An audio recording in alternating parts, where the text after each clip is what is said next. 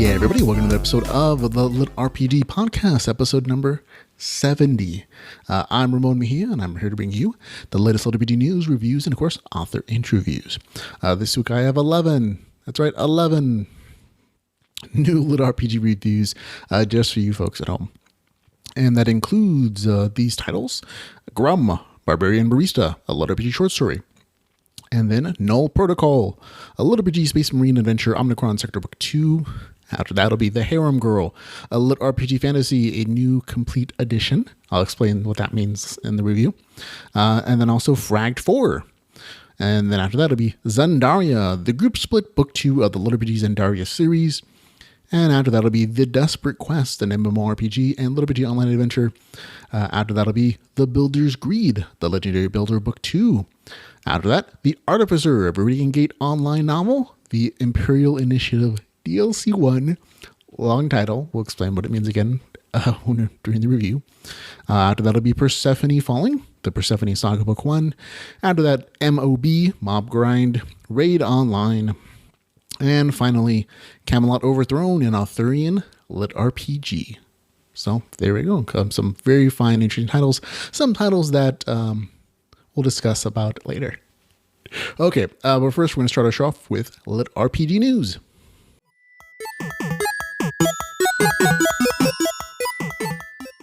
Okay, and in LitRPG news, we're going to begin with the story that Michael Chatfield has changed the release date of Pantheon Moves, which is Emerald Book 10, to October the 24th. Sorry guys. It was originally scheduled to come out on October the 10th, 10/10 for Book 10, just like he had Book 9 come out on 9/9, and I assume he meant to, for Book 11 to come out on 11/11. It was been a thing for him, but he has pushed back Book 10 to October the 24th. That gives him 14 more days, couple weeks, to essentially catch all the spelling grammar errors, polish the thing up the way it should be. I think this is probably in response to some of the criticisms he got for Book 10 and even in Book 9, that the readers found an unusual number of spelling grammar errors, unusual for like a good series like this, I should say. In context of like overall novels I've ever read, really not that bad. But Michael Chatfield is a professional.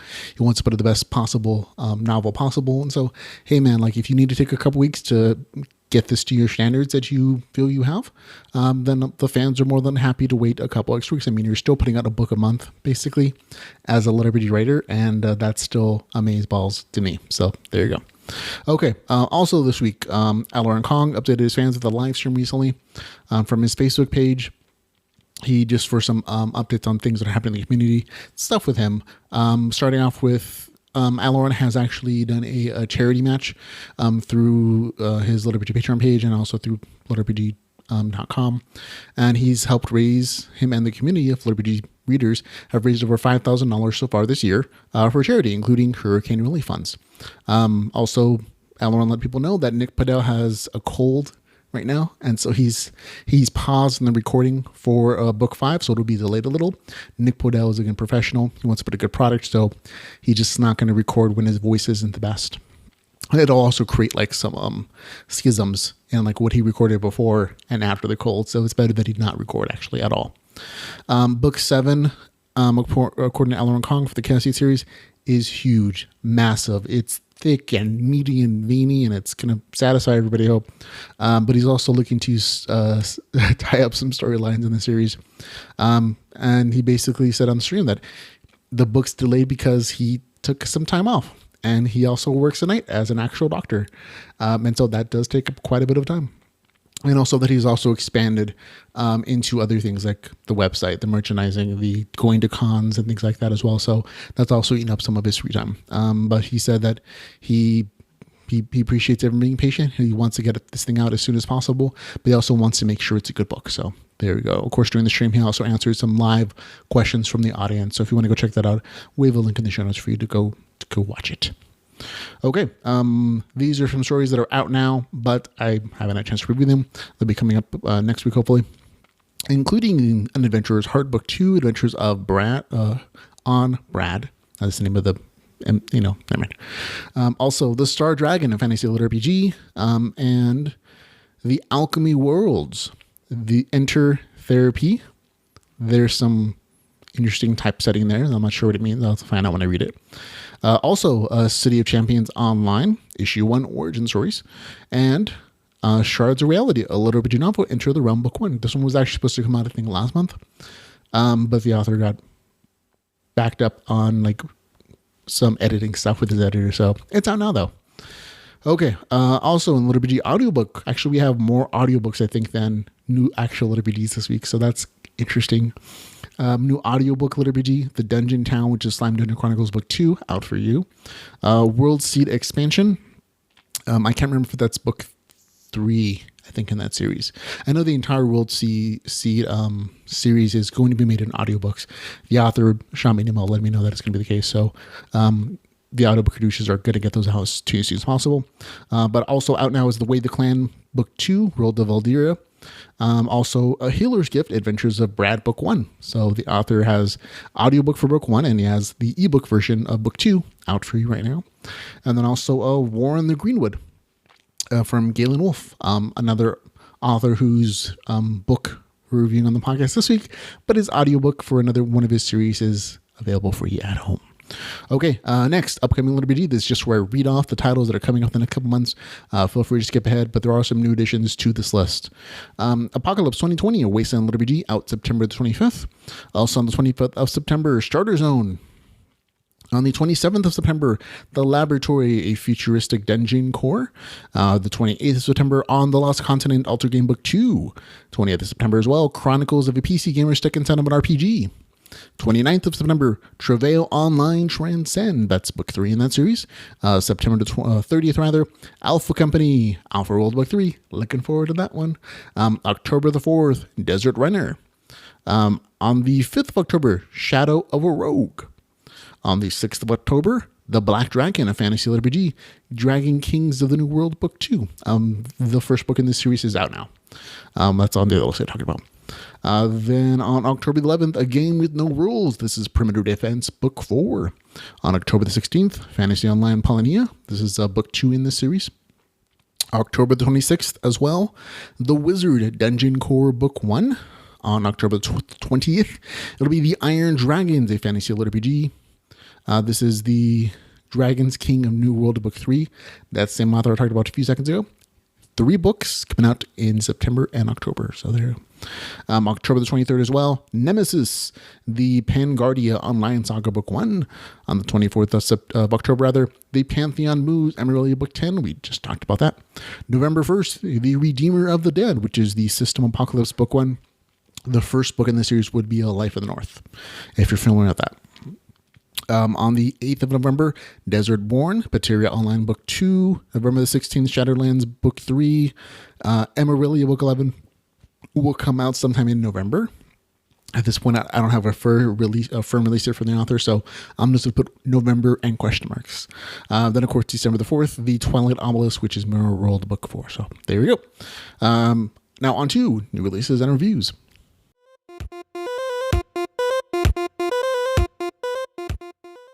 On new releases and reviews, we're going to begin with Grum, Barbarian, Barista, a LitRPG short story written by John Rickett.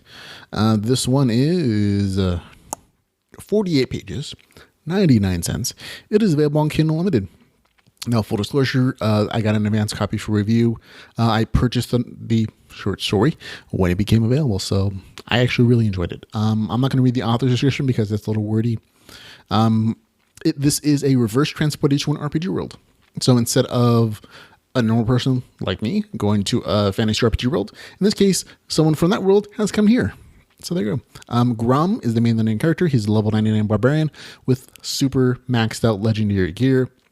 He's transported to our world after a nasty battle with an evil mage. He thinks a help wanted sign outside of a coffee shop is a quest marker and ends up applying for a job as a barista. Can Grum use his RPG-based view to master the intricacies of the job, or will he forever remain a level 1 barista? So this is a comedy. This is definitely humor, satire. It's really short, so I can't go into details about too much of it, but the gamer jokes are very funny, and especially if you're a fan of the LitRPG community, like these jokes are going to land hopefully for you. They definitely made me giggle and chuckle as I'm reading the story and kind of snort out loud. It's very humorous. I had a really good time reading it. The humor does rely on the stranger in a strange land type of setup. Think of like Mork and Mindy or Perfect Strangers as examples of this kind of foreigner-based humor, where everything is filtered through the cultural perspective of the foreigner, and that's what makes it funny to the reader. In this case, that foreigner is someone from an RPG world who sees things in terms of levels, skills, dialogue trees, and he thinks of his fellow employees as NPCs. Again, lots of gamer jokes. They're not super explained. They're not like dumbed down or anything. The author does assume that you're a gamer or that you played RPGs, so just be aware of that going into this.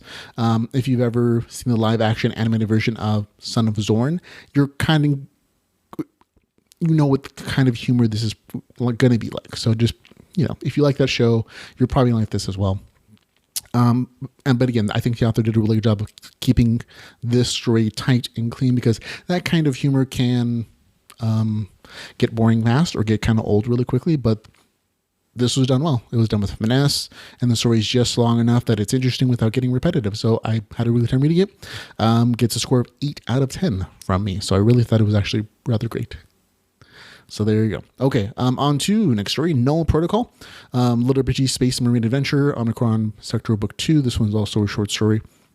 It is 76 pages, 99 cents. It is available on Kindle Unlimited. Again, another short story. Very nicely priced. I also got this as an advanced copy from the author, but it was like the same day he put it out, so I don't feel like too big of a disclosure because I just bought it. I had already pre-ordered it, or I purchased it. So this is the second book in the series. In book 1, it was essentially revealed, if you don't want to spoil it for book 1, another short story, a group of Space Marines playing an MMO, basically. They go in together as a group, looking for some core cash because they pay their bills with actual game money. And they took a quest to go explore a space station and rescue the scientists who were there who haven't communicated with the Space Marine government. When they get there, bad stuff happens, like aliens galore, monsters, and it looks like the crew of that spaceship got infected by some alien virus and were transformed. And the slight plot twist at the end was that one of the players also got infected, and it stopped him from logging out. So he's like stuck in the game, but also slowly becoming one of like the alien host. And so that was kind of a cool twist for that short story. Book 2 picks up right after the end of book 1, where they're fleeing the space with their infected crew member and trying to find some way to save him and to keep him healthy. And they try to turn in the quest that they got, but they're refused entry. And apparently, like, the main station they use is refusing entry for everybody. And it turns out that this is a much bigger problem than just the space station. And from there, unfortunately, it kind of drops off on like that main story point line for me, unfortunately. It turns out that there's an impromptu space station that's taking these kind of victims and trying to help them medically. And so, of course, the crew, who's loyal to each other, Space Marines and gamers, they go to the space station. They essentially drop off their wounded teammate who's infected, and you don't see him again until the end of the story. Instead, the crew goes and takes a mission. It's very lucrative because it's not within the government Marine Corps thing going on, to help some farmers who also may be having issues with like infected stuff. And so they go there. There's a bunch of like murder, killing stuff, and that's what this really is. It's an action adventure story. And that's like 90% of the story, essentially. Murder stuff, murder aliens, kill stuff. There is a cool space battle scene in here that I thought was neat. But I did not enjoy it as much as book 1, mostly because that cool thread of like the alien infection preventing like actual players from logging into the game, like what's happening. That is not the main focus of the story. It's a minor thread that kind of comes back at the end of the story. Like there's like little plot twist there that it's neat. But again, it just wasn't as good to me as book 1, unfortunately. Again, overall, good action story. It just wasn't as good as book 1. So it gets a score of 6 out of 10 from me. So there you go. Hopefully book 3 will be better. And our next story is going to be the Harem Girl LitRPG Fantasy, a new complete edition. This one is 122 pages. It is 99 cents and available on Kindle Unlimited. I'm going to read you the author's description of the story. Thousands of years ago, a race of ancient beings called the Game Masters came to Earth. They built a worldwide crystalline computer network. Its purpose to test humanity's mettle using VR MMO style games. The centuries later, college girl Amy Prescott accidentally awakened the long slumbering network. Now trapped in a VR simulation based on her fangirl fantasies, there appears to be no way out. Amy soon finds herself traded to the half-orc Bashir as his reluctant concubine. Stuck as a character with a high sex appeal but little defense seems more than unfair. Amy must learn to master the secret skills she needs to survive. Okay, again, this is 120 pages, 99 cents, available on Kindle Unlimited. This book actually had a pretty rather large change of format. Originally, it was split up into 3 different short stories. In the space of a week, the author combined the 3 into a single story and deleted the serial aspect to the series. So it's a little bit longer. Basically the same price. Like essentially the other one, the first one was free, and then books 2 and 3 were like 99 cents each. So it very much was along that serial model. And so this, I'm not sure why the author did it. Yeah, she also changed the cover art on the novel for whatever reason. I actually like the other cover art better, but that's author's prerogative. The novella starts off with a really graphic sex scene. Just overall, though, there is not a lot of sex in the story. Something around 7-8% of the actual novel has sex scenes in it, but it is still there. So if that's not a thing you're interested in, or does anything for you, then just pass this one along. But if you happen to like stories with romance and LitRPG, this might be something you're actually going to be interested in. So the first question on this one, especially when there is like sex and romance involved, is it actually a LitRPG? There's been a slew of romance authors and authors just authors who are trying to write LitRPG stories without really understanding what the community is looking for. And their stories have very much not been LitRPG. I'm happy to say that this one actually is. The LitRPG mechanics are kind of loose, but they're consistent at least. There are stats, there's a character sheet, there are game missions, and the use of class skills eventually. Remember, this is actually 3 short stories kind of mushed together. The main character, Amy Arwen's her game name, is transported to a game world where she eventually uses her vast gamer knowledge to find a place for herself in that VR simulation. I'd say this is honestly the first example of an actually successful LitRPG romance. There's, again, also like a bit of erotic fiction in there. Again, less than 7%. It's essentially like 3 scenes that are like a couple pages long, but they're very easy to skip over. And like I said, they're like, it starts off with a graphic sex scene though. So that's going to put some people off, but you can really skip to like the 4% mark on this novel and you're not really going to lose anything. Again, the emphasis on this novel is romance though. It's not on sex. It's not on action. There's only a couple action scenes in here. It's actually a romance novel that happens to take place in a virtual reality game, and there are RPG elements in there. So I thought that was kind of cool that this was actually a romance novel. If you like paranormal romance stories and LitRPG, you might want to give this a try. You might actually I would love to hear somebody's take on somebody who actually loves paranormal romance and LitRPG to see if this works for them or not, because the paranormal romance stuff is not really my thing. But the LitRPG stuff, I'm like, oh, this was kind of neat. Personally, I skipped the sex scenes, and the romance stuff was, again, only okay for me. It's not really my genre, but I did recognize the romance novel pattern in here. Reluctant attraction turns into passion, which blossoms into a love so strong the main character is willing to risk all she has to save the man she loves. And like, even to me, like a goofy guy, I'm like, oh, that's kind of cute. And I kind of couldn't help but root for the main character as she grappled with her emotions and fought for her life in like the couple of like fight scenes in the novella.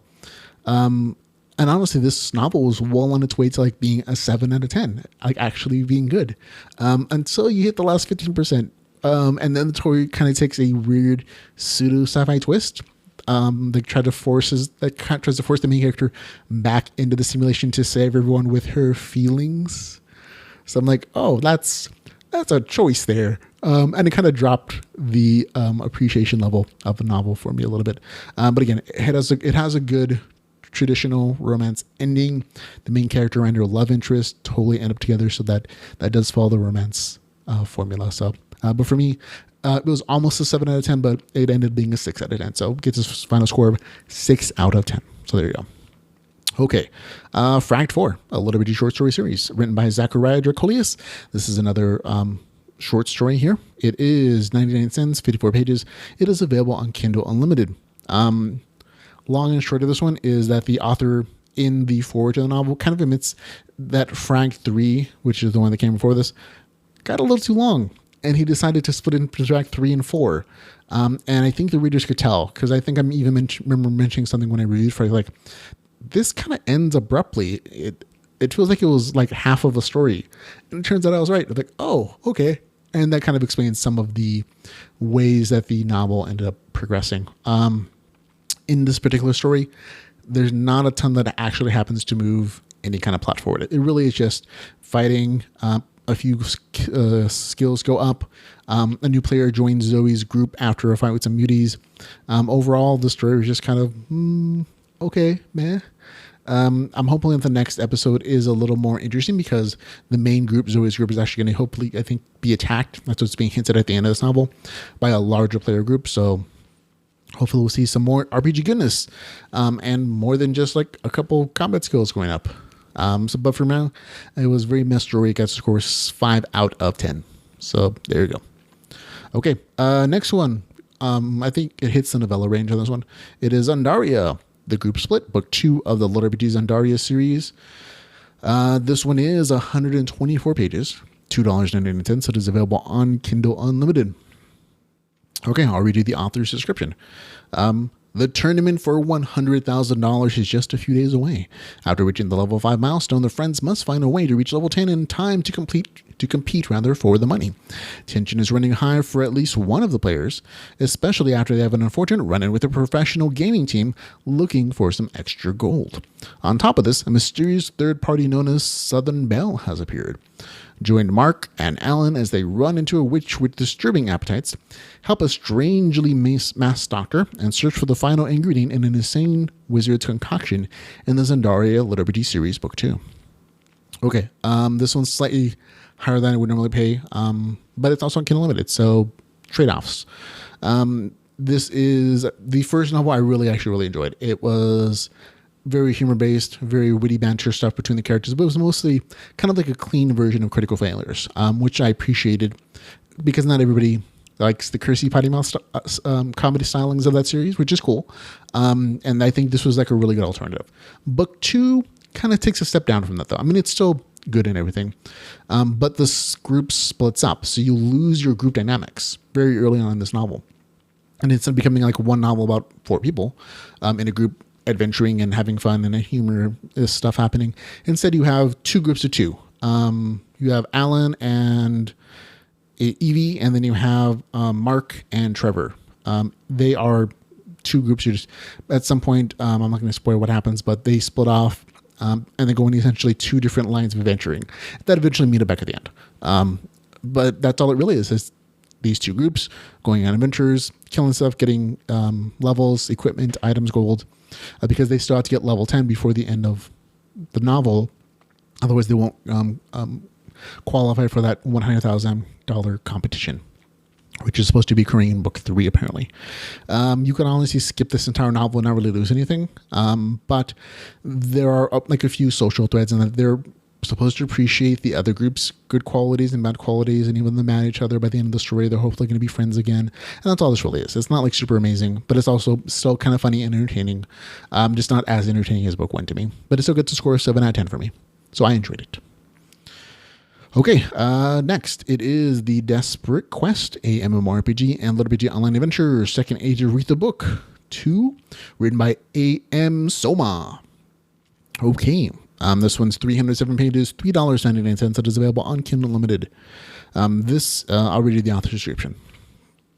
Chronicles of Retha was meant to be a full submersion video game filled with adventure and magic, but it has become a prison. Kit and her party of misfit players have managed to collect 2 of the 4 seals that are required to face Malingus, Retha's ultimate villain, whose defeat may be the only way out of the game. Unfortunately for Kit, who is stuck playing as a defective elf dancer, the quest only becomes more difficult. The remaining seals are hidden in areas of Retha that Kit and her low-level party can't get through. Even worse, they will need to unite other players in guilds to face Malingus, an unlikely event, as riots have spread across the game world. Unwilling to give up, Kit and her party band together with Solus Miles, one of the best players in the game, and throw everything they have against Malingus. So there you go. Okay, book 1, I didn't give a particularly good score to, mostly because it took the Sword Art Online premise and didn't follow through with like any real stakes in the game. Like essentially the entire first novel, and even this one I guess technically, could have been solved by them just doing nothing and waiting for the game company to figure out the problem, which they would eventually do, I guess. Except that the author has other plot ideas for the story. But in book 1, the main character, who has basically a messed up character that her cousin forced her to play, tricked her basically. I won't go into details about it. It's kind of lame. You can read that review at our website. She has a small bit of negative information that even though everyone is trapped in the game, she can get out if she beats this one unbeaten, boss who's never been beaten in the entire history of the game. So if she, it's an automatic logout for that entire group, which will kick them out of the game they're stuck in. I know it doesn't really make sense to me either, but that's the plot, which is kind of one of the flaws in that. Like, if the game can kick them out, why can't the developers use that same mechanic and just, enter some code and bam, auto-kick everyone out? I mean, like I said, there are flaws. But the biggest issue I have with book 2 in this particular series is that it kind of makes a lot of the same mistakes that book 1 did. And with the exception of like the very last boss fight in this novel, which is like 80 to 90% mark, it's kind of a repetition of book 1. The main characters get 2 seals, then a big boss fight, and that's exactly what happened in book 1. So there's not a lot of change and variety. Like the details of getting the seals is different. I'm not saying it's an exact copy. Like the overall plot is not, it's nothing new, especially compared to like the book that came out before.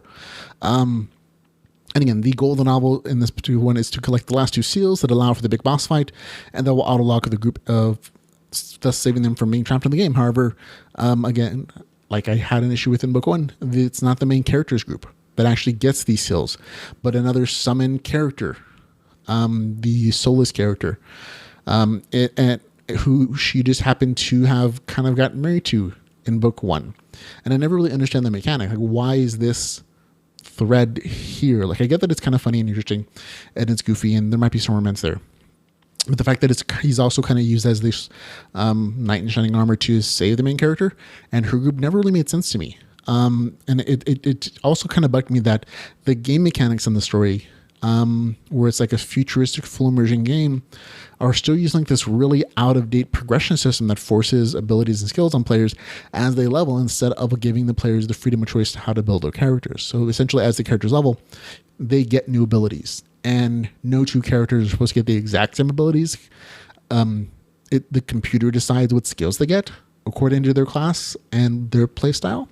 And that always felt weird to me, in that you take away freedom from the characters in that respect. And that's still here, which is why it still bugs me. The last boss fight, again, is legitimately good. It's well thought out, and the main character actually sort of defeats the big boss. Even though it's actual other forces that do the actual killing, I'm like, the main character is still responsible for the downfall of the boss. So I like that portion of it. That was definitely an improvement from book 1. There's also less level skipping in the novel. So instead of, like, this happened a lot in book 1, where the main character would like say, oh, we're going to go grind up some levels, and then magically, in like a sentence, going from level 5 to level 11 without any real details to show for it. And in this novel, at least the grinding is sort of summarized, at least. And so even though the characters still gain levels at a particularly good rate, the details of that grind exist here. And that to me is an improvement, because that grinding experience is a part of every MMO player's gaming experience. And so the fact that it was excluded from book 1 kind of eliminated some of the relatability that readers could have had, and that exists here. So I'm happy to see that does exist. What kind of really threw me for a loop was just some of those romance characters. And I bring this up because I was reading the reviews on the novel, and I noticed like it gets a lot of good reviews, like 40 like 30, 45 4-star reviews for book one. I'm like, and I started to question myself thinking, am I just off base about this novel? Is it a lot better than I think it is?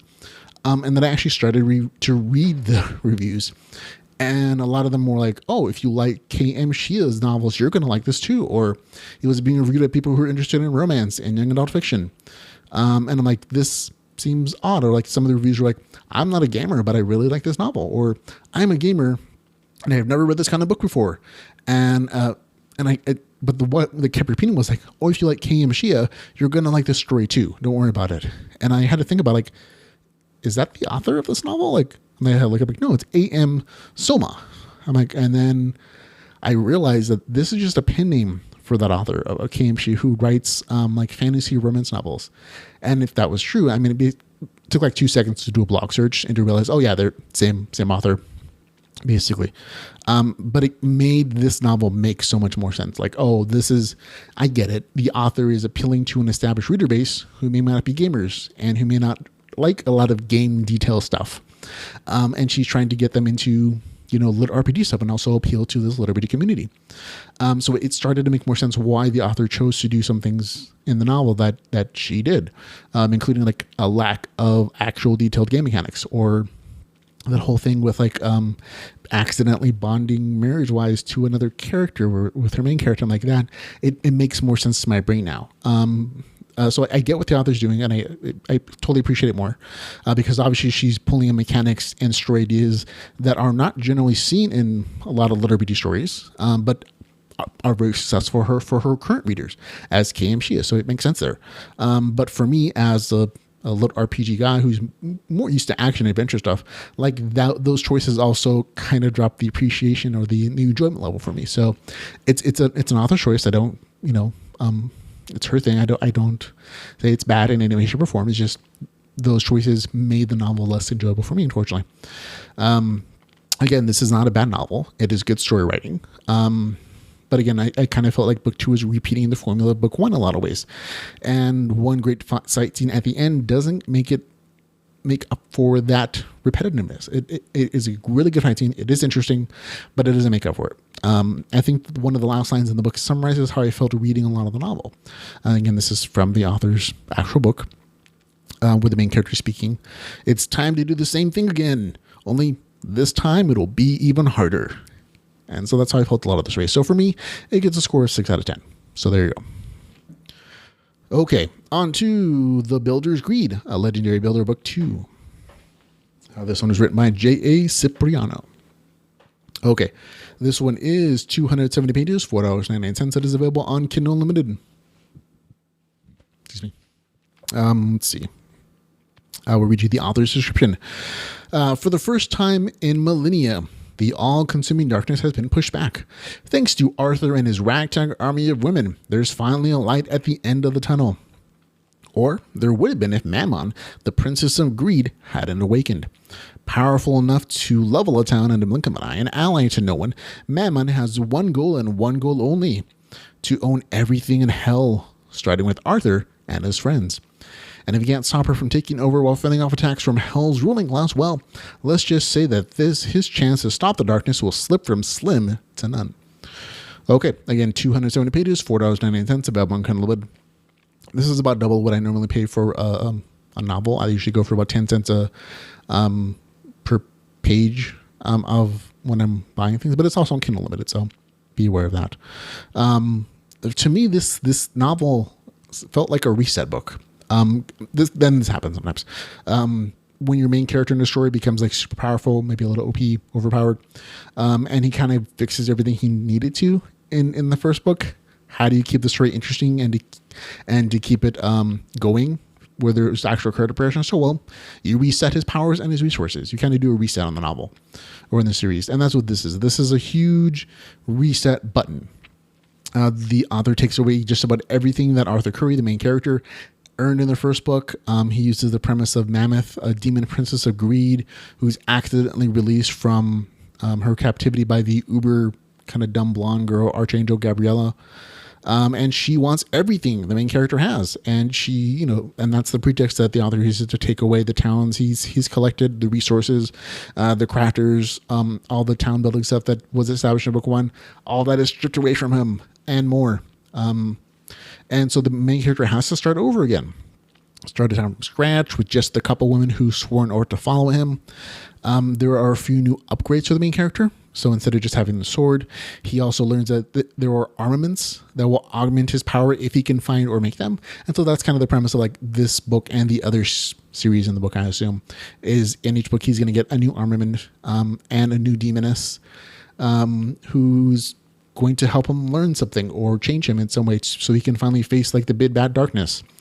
But again, it's just a kind of a way to reset the novel and to extend it out. And that's what this kind of feels like. It feels like the author had a good success with book 1, probably better than he thought he would. And he wants to capitalize it. And so now he has 6 new things for the main character to collect in the next few books and 6 new demons to, kind of defeat or win over whatever happens. Which is not bad. It is. And so it's just a story choice. And again, it doesn't end up being a bad story at all. But it is kind of an excuse to reset the story. In this novel, there's a huge section in the middle, like 30% of the novel, that's just devoted to one particular pottery sculpting scene. And it doesn't make sense. I mean, it's kind of, when you read it, you're going to like, oh, it either works for you or doesn't. You think it's fun or you think it's boring. That's kind of what it's going to come down to. For me, I thought it was fine. It was fun. I get that it was interesting. And there's kind of a thing there, though. It's a sculpture contest that's run like a reality TV show competition. So it's like, oh, you've been dropped, like to the people who lose the contest. And so it's very humorous. And there is some character development there, but it's not for anybody who's like major to the plotline. So it kind of sits there in the middle, and you're like, does this matter? And the ultimate answer is kind of no, because there's some crafting stuff involved, but again, it really doesn't matter. From the 63% mark on, the story actually does get good. I love the training that the main character does in the story. It finally feels like he's actually earning his power instead of just having it handed to him by somebody giving him a magic sword. And there are some nice revelations and twists and plot twists that happen one after another until like the very last moment. So like really, I thought like, oh, this is the last plot twist. And then a few pages later, oh, another one. And a few pages later, like another one. I'm like, this is a lot of twists. And then like another one at like the very end. And I'm like, for some people, it's going to get annoying. And the novel does end on kind of a cliffhanger. But for me, I liked that section of the story from 63 to like 100% because it finally had stuff that was happening, and it kind of made me feel like, oh, the main character is earning his power and he's becoming powerful on his own instead of relying upon either the people who he's upgrading or the magic sword that gives him superpowers. So overall, nothing really bad about the story, but you can actually skip. If you read the first 16% of the novel and then skip all the way to 63, you're not going to really miss anything that important. And if you're tight on time, that's a choice. And again, it'll still be good for you. And for me, that last 30% of the novel is kind of good on its own, just as a reason to pick up the story, because it is rather enjoyable and kind of a page turner for me. So for me, it gets a score of 7 out of 10. I had a good time. So there we go. Okay, on to The Artificer, a Viridian Gate online novel, the Imperial Imperative DLC 1, written by J.A. Hunter and co-authored by S.R. Witt. So there you go. It's going to be a buddy writing system. So there you go. Okay. This one is 355 pages, $4.99. It's available on Kindle Unlimited. Now, just to let you know, this is essentially a side story in the Viridian Gate Online series. It's about the bad guy in the novel. And this is apparently supposed to be the first episode in kind of a parallel series where you're getting the bad guy's story, and then he's going to obviously switch back to the original VGO storyline, and they're going to kind of run parallel or like just slightly behind one another. I liked it, so that's always good. Okay, I'll read you the author's description. 2 weeks, the world will die, murdered by a 9-mile-wide extinction-level asteroid. And Robert Osmark, the billionaire and savvy tech genius, couldn't be readier for the fiery apocalypse. Unlike these short-sighted masses, he's been diligently preparing for this day from the moment the asteroid first appeared. Through his relentless efforts, digital salvation now awaits anyone bold enough to take a leap. I'll skip this. It's really long, and if you read VGO 1, then you already kind of know what's happening. Basically, Robert Osmark took a bunch of money from some super shady people and resources to kind of get this virtual reality afterlife or life set up into play. The big plan was that rich people and a certain portion of the population of the world are going to log into this game and stay there instead of living, kind of their minds kind of uploaded there to live there in this game for the rest of humanity's existence, because the Earth is going to be destroyed, like the surface level, by an asteroid. Okay, and so that's kind of what the story is. Again, 355 pages, $4.09, so pretty spot on price, available on Kindle Limited. I do have to disclose the author gave me an advance copy for review. I purchased the novel when it became available, though. So if you read Reading It Online, you know who the bad guy is in that. It's going to be Osmark. He's the antagonist in the story. And what this novel essentially is how he became a villain. Because nobody starts out evil. Nobody starts out doing evil things or bad things. It's usually a gradual progression of tiny evils to big and slightly bigger evils and bigger bad things until you're the, devil or whatever it's going to be. And you kind of get that story here. And it's an enjoyable story for me. And you don't actually have to have read VGO at all. You can skip that entire series and still read this. It gives you enough backstory so that it's an independent story. So even if you haven't read Viridian Online, you can still read this, and it's an enjoyable series, which is what I'd almost say. It's in the novel's timeline. It starts out right before a few weeks before the comet hits, and then it continues right up until the point where the main character in Viridian Online gets his faction seal. So if you're familiar with our first story, you kind of know what the timeline is for this novel. But if you haven't read Viridian Online, it's cool. This is just a novel. So, okay, there are no crossovers from the main character and this one yet. So this, again, it's just completely standalone. Again, it focuses on Osmark and his efforts to consolidate power in the virtual world his company has created. Again, he has to deal with some of the most ruthless political and criminal figures in the world. And one of these members is even plotting to take the reins of power from Osmark.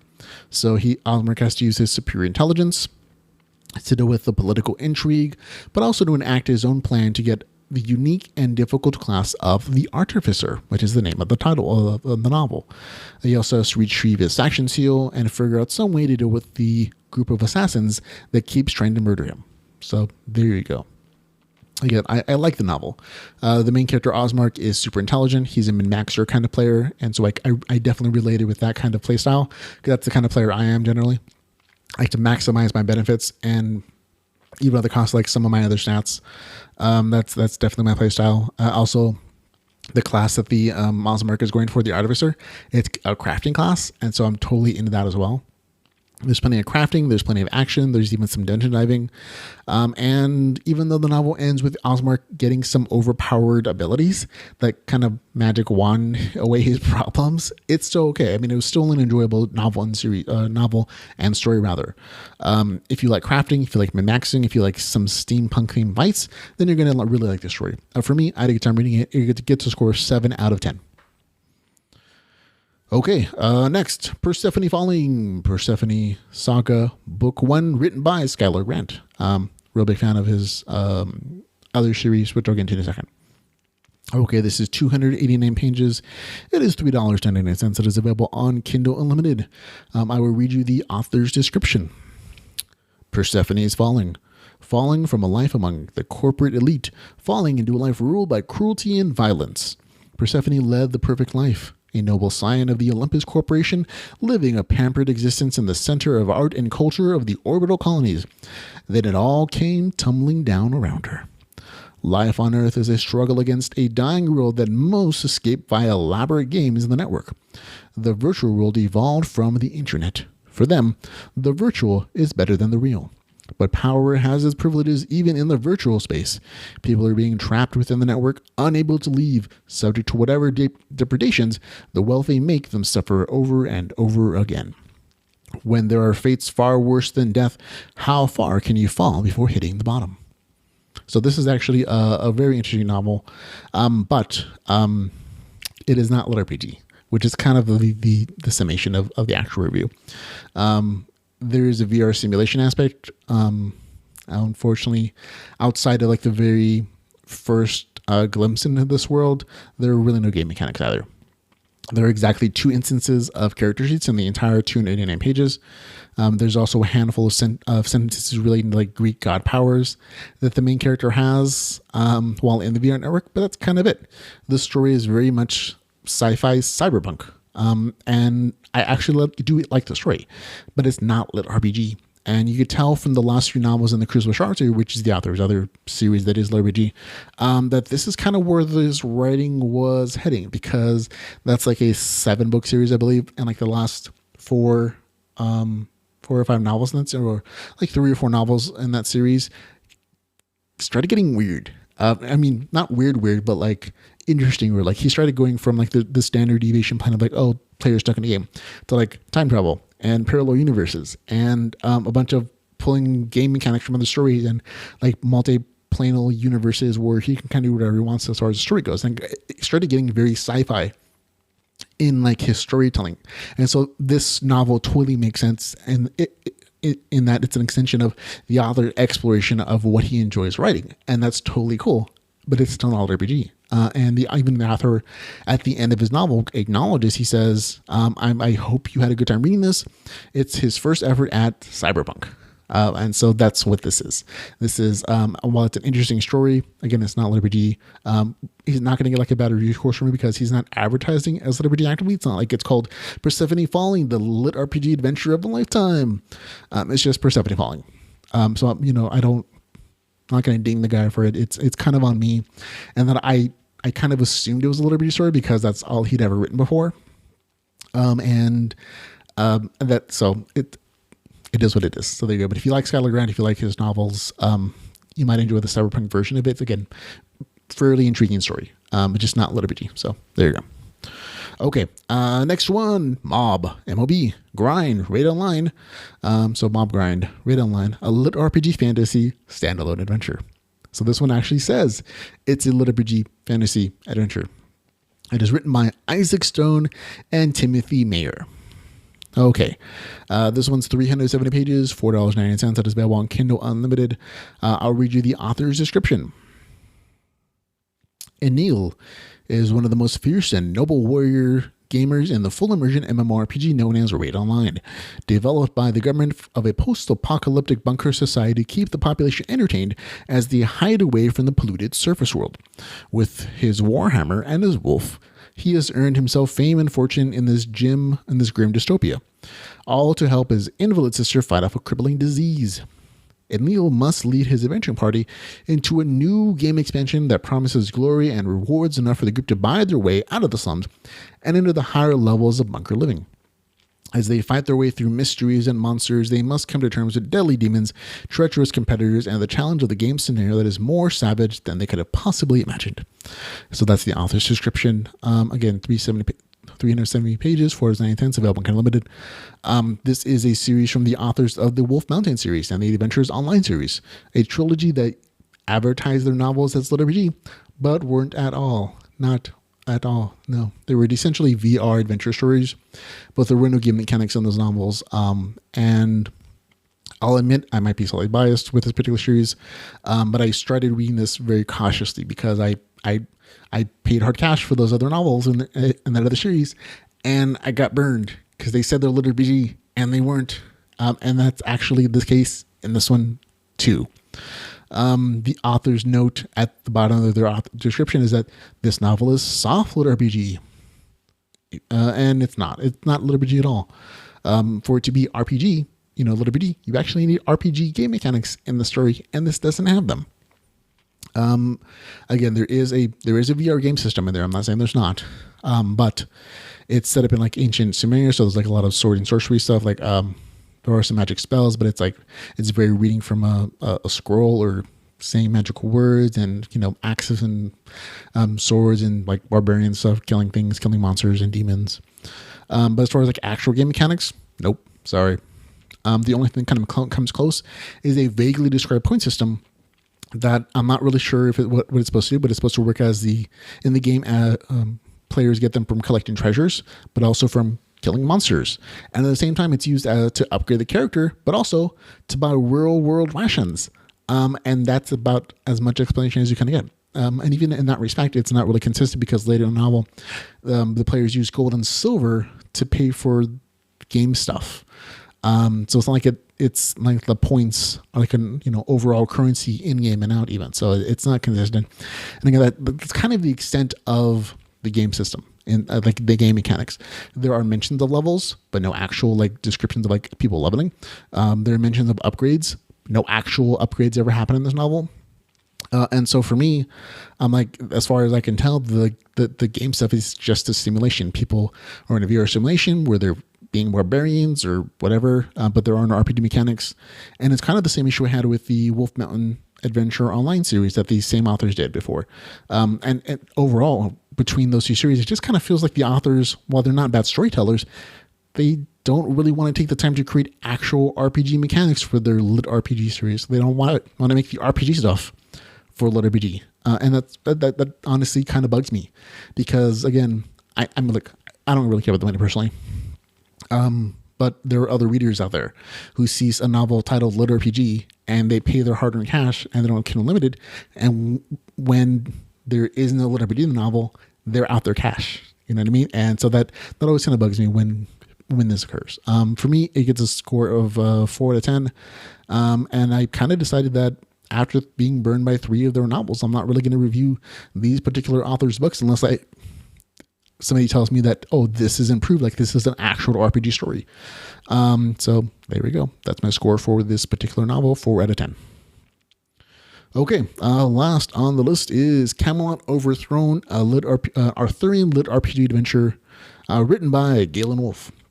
He's also the author of the Greenwood series, one of which is the audiobook I talked about earlier. It's available now.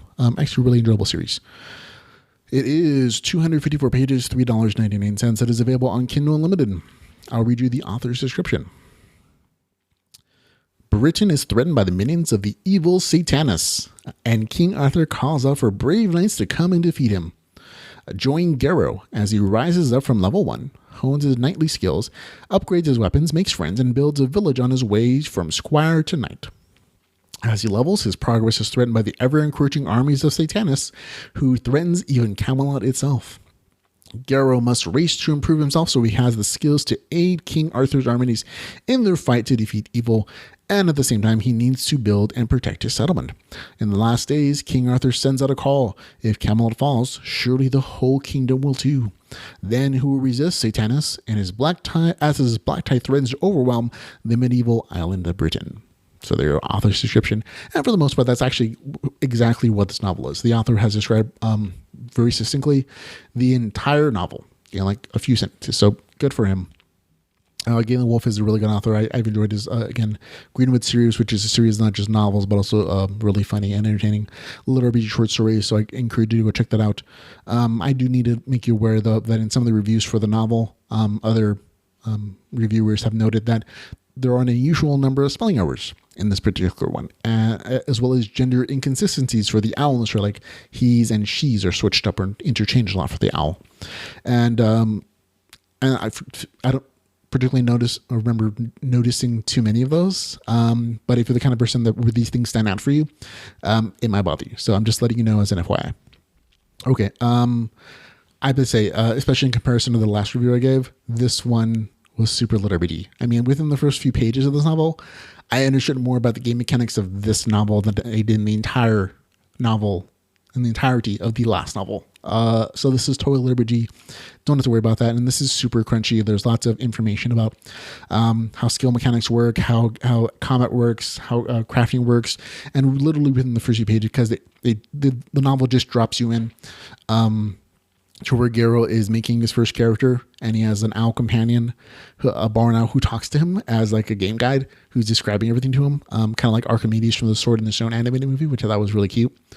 So the audience gets a ton of like detailed information, which I'm super big fan of, because the more I understand about the game world, the more I feel invested in it. The more I feel like I can roll a character in this story, the happier I am, because that's what I love about LitRPG.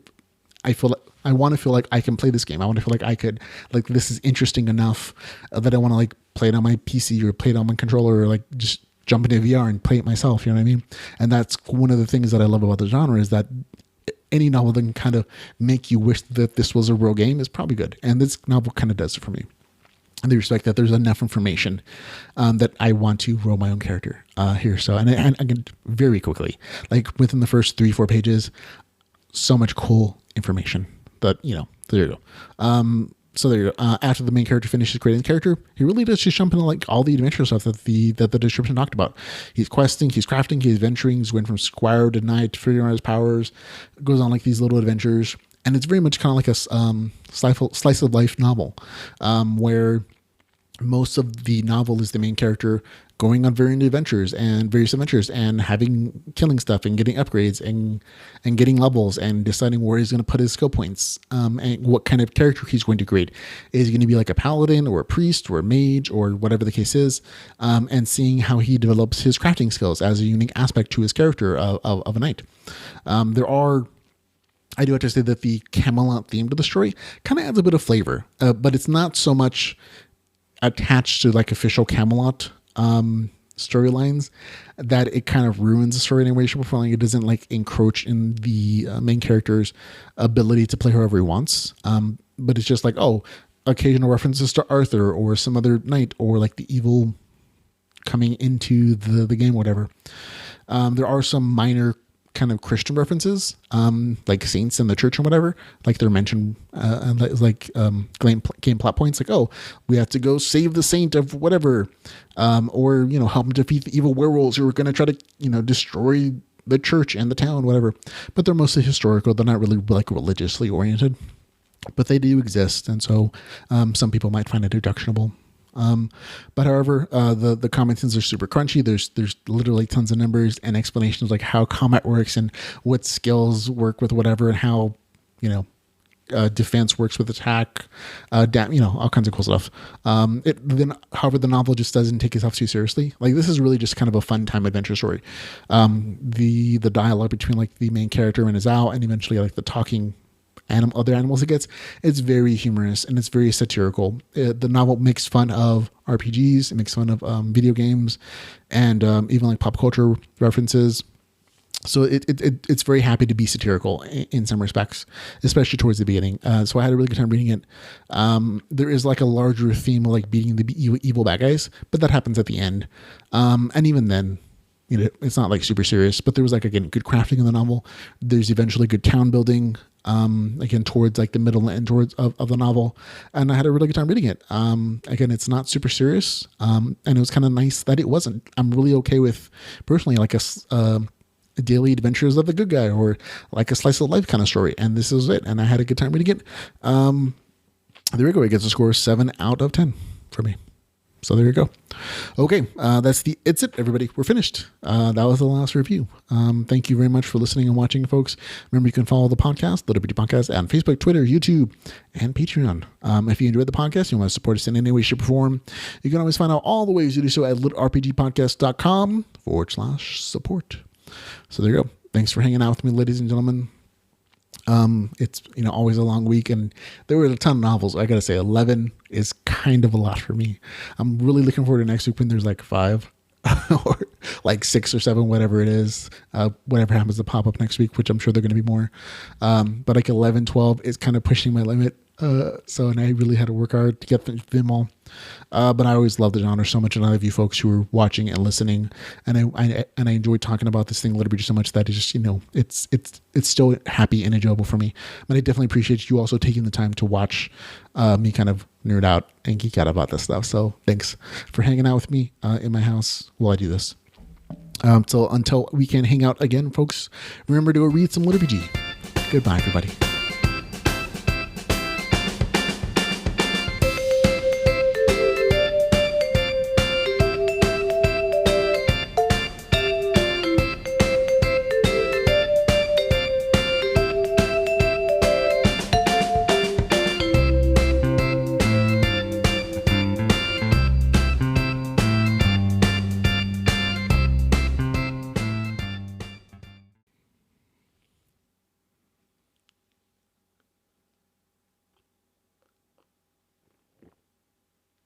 Oh, delicious tea. Nectar of the gods. Where have you been all my life? Okay, back to the show. Okay.